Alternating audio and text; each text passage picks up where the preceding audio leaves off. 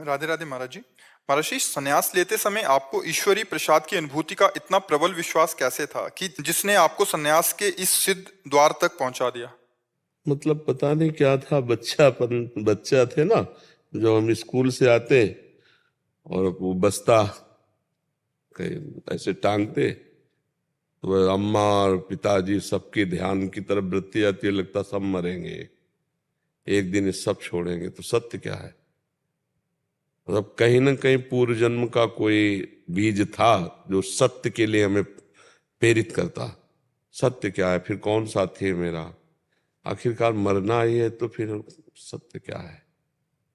खोज करते मन में, क्या क्या सत्य है, क्या सत्य है। तो रोज शाम के हमारे जो शरीर के बड़े भाई थे, वो भागवत सुनाते थे। आधा घंटे पूरा ऐसे परिवार बैठता था। तब बड़ा सात्विक ऋषिकुल, ऋषिकुल मतलब मोहल्ले में प्याज लहसुन भी नहीं आता होगा, ऐसा सात्विक। तो उस भागवत से पता चला कि भगवान की प्राप्ति ही जीव का परम लक्ष्य है। तो पूर्व का तप होगा, भजन होगा जरूर, क्योंकि बाल्यावस्था में ऐसी लगन मतलब मुश्किल होती। बस मन ने ठान लिया, 9th पास हुए थे, भागो, संसार से भागो, भगवान की प्राप्ति करनी। हमें यह भी पता नहीं था कि भगवान की प्राप्ति के लिए गुरु बनाया जाता है, संत वर्ण का अभी कुछ ज्ञान नहीं था। बस एक भागो, भागो। भाग करके एक नंदेश्वर शंकर जी का धाम है, वहां रुके। वहीं से दृढ़ विश्वास विश्वनाथ जी भगवान शंकर ने करा दिया, अब आज जीवन घर नहीं जाना और मुझे भगवान की प्राप्ति करनी है। बस सब संयोग बनते चले गए, सदगुरु मिला, बस कहीं अटकने नहीं दिया, कहीं फंसने नहीं दिया।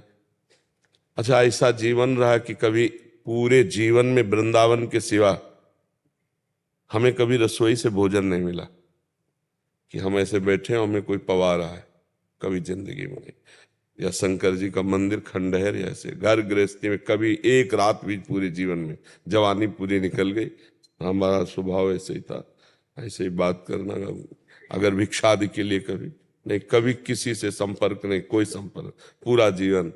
अब यहाँ 10-12 वर्ष से भगवान ने सेवा दे दी है, तो जैसे वो चलावे उनके हाथ में है। कर तुम अकर तुम अन्यथा कर तुम, ये पूरा जीवन भगवान के द्वारा ही चलाया गया। हमें तो कहीं कुछ नहीं दिखाई दे रहा कि इसमें हम कहीं हैं। बचपन में जब हमें ज्ञान नहीं था तब वैराग्य दिला दिया, बड़ा कठोर कष्ट में जीवन निपटाते हैं, तो इसमें केवल भगवान को देखा है। हम कहीं मैं नहीं रहा, क्योंकि ना हमें इतना ज्ञान था, ना हमारा कोई साथी था, ना हमारा कोई लक्ष्य बना। पर एक बात ये थी कि अव्यक्त भगवान मुझे घसीट रहे थे और था मुझे भगवत प्राप्ति करनी है। ये मुझे सिखाया पढ़ाया ज्ञान नहीं है, ये केवल भगवान के द्वारा प्रेरित किया हुआ, उन्हीं के द्वारा। अब जो जीवन है ये अलग जीवन है। ये ऐसा है कि रिमोट से चल रहा है। पहला जो जीवन था वो भारी तप में जीवन था, बड़ा कष्ट में जीवन था। अब कष्टमय जीवन है, पर उसकी कष्ट निवारण की सुविधाएं हैं। दर्द है तो दवा मिल जाती है, डायलिसिस हो रहा है पहले। सर्दी गर्मी बरसात भूख प्यास गाली अपमान, कोई उसके लिए सब कुछ सहना, पर हर समय हमारे साथ भगवान रहे, हमको गोद रहा है।